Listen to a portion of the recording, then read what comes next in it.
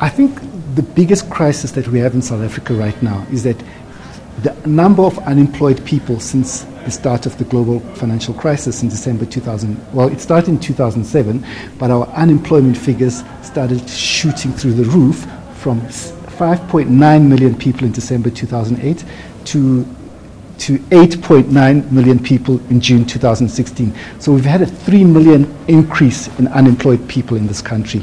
The unemployment rate for black African people is at a staggering 41%. And in any language, that is a crisis. Now, if 41%, you asked, how does it affect unemployment? If 41% of black African people are not participating in the economy, that is how it affects transformation, because they're not.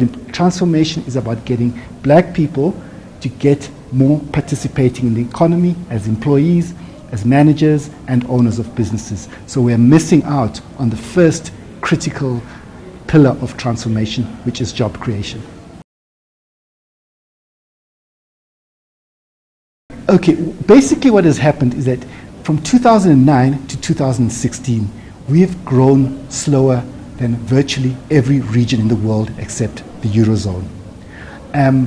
If you pick your region, Asia, 7% plus since the global financial crisis. You go to the Middle East, you go to any region, we have underperformed compared to other regions. Now, there are a number of reasons for it. First of all, preceding the global financial crisis, our South African Reserve Bank increased interest rates by 250 basis points before June 2007. Over the next year after the global financial crisis, they continued to increase interest rates by another 250 basis points. So what we saw in 2 years until June 2009 was a 500 basis point increase in interest rates. And what we saw in South Africa is that our growth, our downturn, preceded the global financial crisis by quite a long period.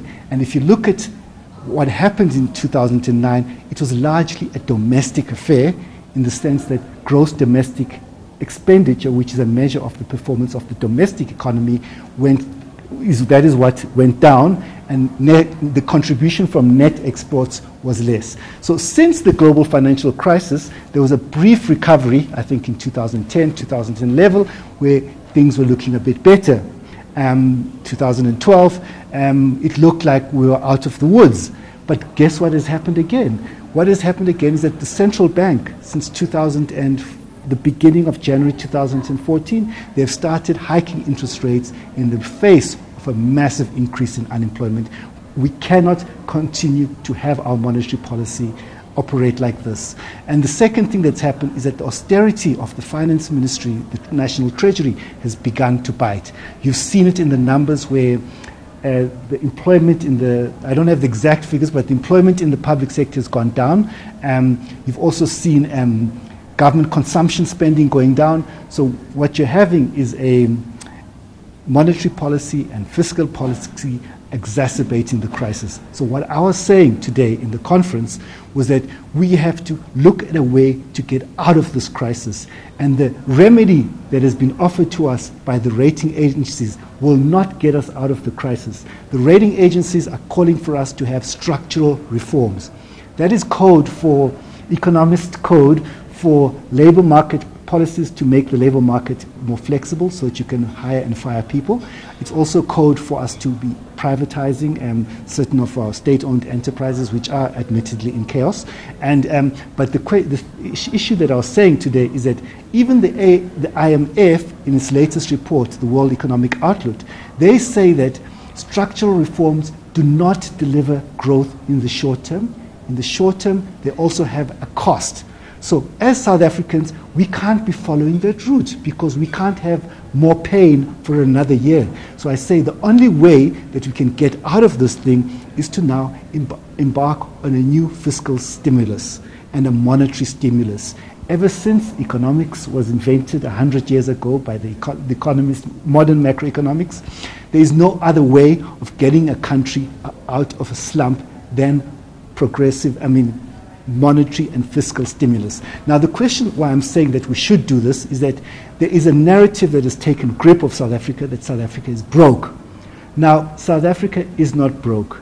South Africa has got a debt to GDP ratio of 50%. That is one of the lowest in the world.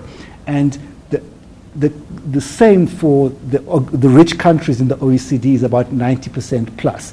So we still have we can take on, I believe, more debt as long as the debt is invested in infrastructure and not used towards consumption expenditure, because infrastructure has got multipliers. If you spend R1 billion on infrastructure, the multiplier is well in excess of the R1 billion, and that gets people working again. So what I said is that there are a number of ways we can raise the money.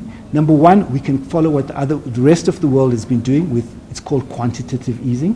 But in this case, we can't do quantitative easing for the banks and the rich people. We must do quantitative easing for the people. So what we should do, I believe, is that we must instruct the central bank to purchase more government bonds. That's what happens throughout the world, and that's number one. Number two, the Public Investment Corporation. The level of funding in the Public Investment Corporation is obscene. They're sitting on 1.6 trillion rands while we're sitting in the worst post-apartheid economic crisis.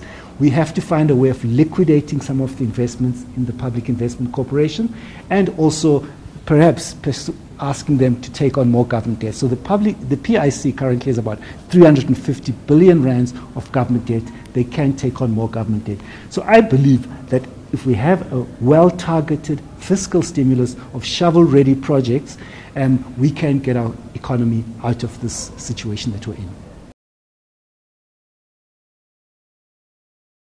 Yes, what I said is that the Reserve Bank has been implicated in causing the country's last three recessions. As I said, in 2009, they started increasing interest rates well before the financial crisis and after. Now, the immediate reaction of most central banks when there is a crisis is to cut rates, no matter what the consequences, to make sure that there's more liquidity in the system. That is best practice throughout the world, because the world has learned that you cannot do what happened in the Great Depression in the USA in 1929, 1930, where you go into depression and you exacerbate the depression by increasing interest rates. So, and then in the late 90s, we had a recession then. It was also caused by a massive increase in interest rates by 700 basis points by the Reserve Bank. And also in the early 90s, we had the deepest recession in South Africa's history, when the Reserve Bank also went on this huge interest rate increase the same story as we've had in the last. So I think we have to question the monetary policy that we have in South Africa. I think it's totally not fit for the purpose, the environment that we're in as a developing country that has to address unemployment. I think we have to change the mandate of the Reserve Bank to include growth and employment. We must also change the composition of the Monetary Policy Committee of the Reserve Bank to include people from civil society. And I would even argue that we have to start debating the independence of the Reserve Bank. I do not understand why it has to be, because best practice in terms of economic policy requires close coordination of monetary, fiscal, and industrial policies. That is what happened in the Asian countries that grew fast over the past 50 years. Yeah. During the global financial crisis, it was shown that the rating agencies are corrupt businesses. They gave AAA ratings to companies that were actually junk. And they were charged in the United States for their corrupt practices. So I was saying that, first of all, I have a problem with when have these rating agencies suddenly become credible that we should listen to them. But the point, what I'm trying to say, the second point I was trying to say, that the rating agencies are not saying we have a debt problem. They're saying we have a GDP growth problem. We will have a debt problem if we don't sort out our GDP growth problem. That's the second thing I'm saying about the rating agencies. Number three is that we cannot follow the medicine we cannot take the medicine that they're offering us. They're calling it structural reform, and I'm saying there's no evidence anywhere in the world where structural reform has delivered growth in the short term. We need a short-term solution to the challenges that we're facing. So that is what I was saying about the rating agencies here. But we must remember one thing, is that our debt is 2,000 billion. Only 10% is foreign debt. So we're in the fortunate situation where 90% of our debt, 1.8 trillion, is domestic. So unlike other countries where the majority of debt is foreign, we have a different situation. We've got deep capital markets in South Africa, and they provide most of the funding that we require.